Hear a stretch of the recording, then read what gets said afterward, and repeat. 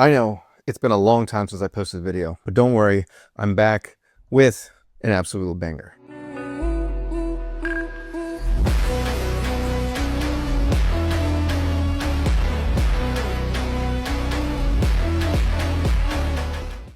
Hey everybody, welcome back to the Fine Dram, and today we're going to be talking about one of my favorite Jack Daniel's releases. Jack Daniel's Heritage Single Barrel was the storm of early 2026. They have absolutely demonstrated once again why they are slowly becoming one of my favorite American distilleries. This is their Single Barrel Heritage release. It takes on the footsteps of a previous release from, I believe, around 2018.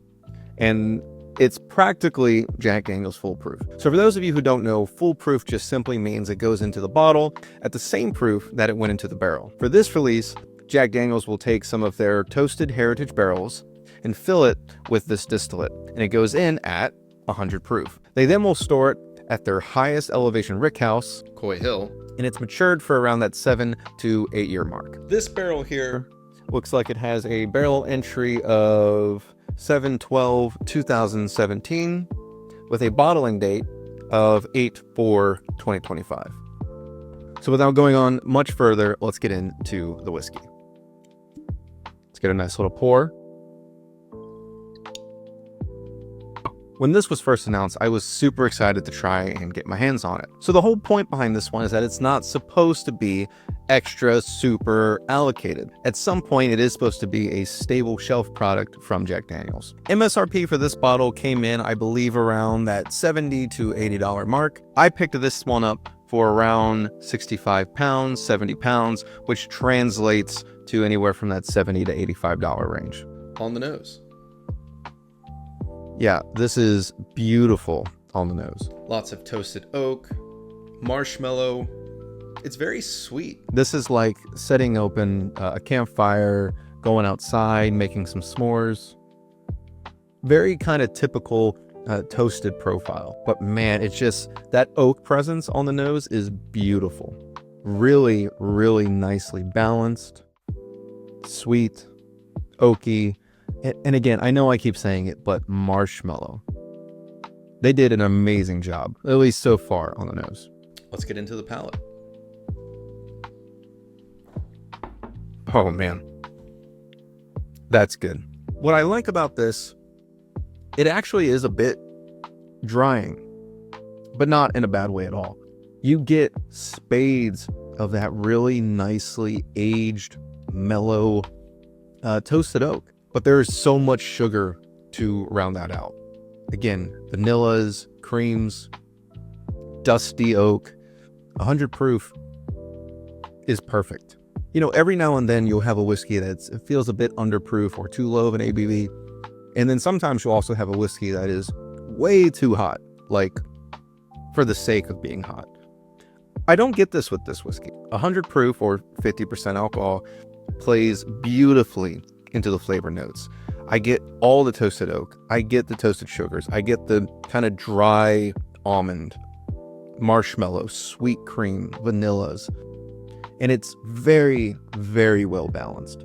I would arguably say that if this becomes readily available, always on the shelf, this is by far probably the best toasted product on the market. You could argue, especially once you start getting into the higher price ranges, like one of my favorite toasted products is the Michter's toasted barrel strength rye.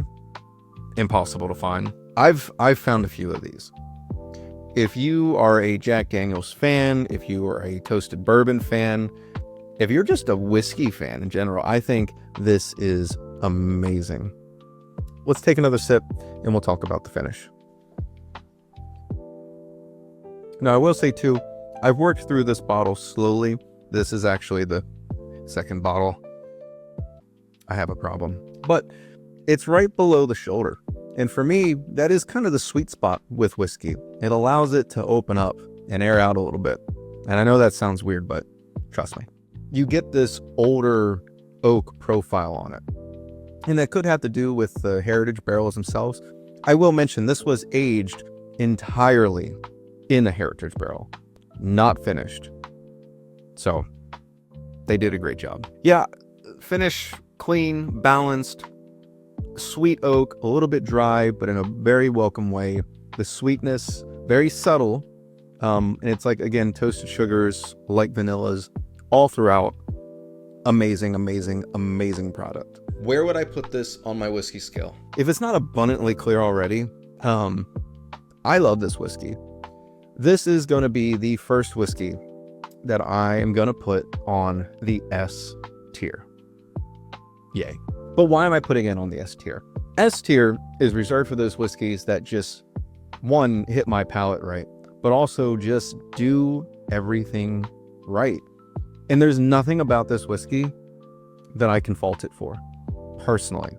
I think it's well priced. I think it's fair pricing.